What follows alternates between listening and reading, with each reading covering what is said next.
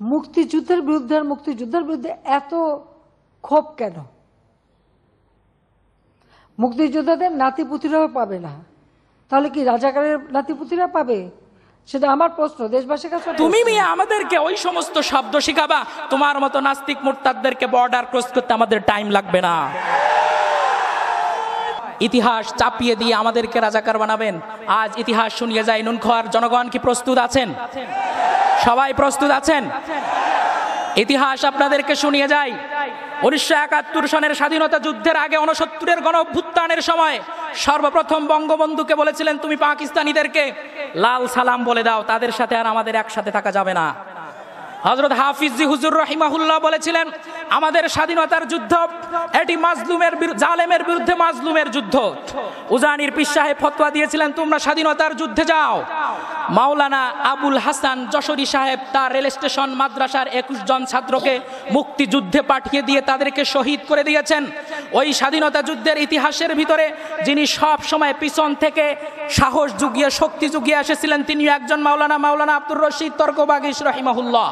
ওই স্বাধীনতা যুদ্ধের ইতিহাসের পিছনে মাওলানা শামসুল হক ফরিদপুরি রহিমাহুল্লাহর ইতিহাস লিপিবদ্ধ রয়েছে। ওই স্বাধীনতা যুদ্ধের মধ্যে বাংলাদেশের হাতিরপুলের একজন ইমামকে 26শে মার্চ হত্যা করা হয়েছিল। এই এত সব আলেমদের অবদান 1971 সনে থাকার পরেও আমাদেরকে রাজাকার বলবেন? আমাদেরকে রাজাকার বলে ইসলামী আন্দোলনকে স্তব্ধ করা যাবে না। এক আল্লামা সাঈদীকে রাজাকার বানিয়ে আমাদের কণ্ঠরোধ করা যাবে না। মাওলানা মামুনুল হককে জেলখানায় রাখিয়ে আমাদের তরুণদের কণ্ঠ স্তব্ধ করা যাবে না।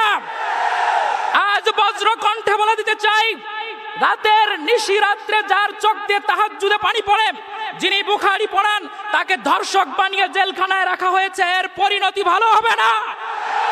আমি দ্ব্যর্থহীন কণ্ঠে বলতে চাই, এই বাংলা কোন রবীন্দ্রনাথের নয়, এই বাংলা নজরুলের, এই বাংলা সত্যেন্দ্রনাথের নয়, এই বাংলা ফররুখের, এই বাংলা হাসানুল হক ইনু রাশেদ খান মেননের নয়, এই বাংলা আল্লামা সাঈদীর, এই বাংলা ফজলুল হক আমিনীর, এই বাংলা শাইখুল হাদিস, এই বাংলার ভিতরে শাহজালাল ঘুমায়।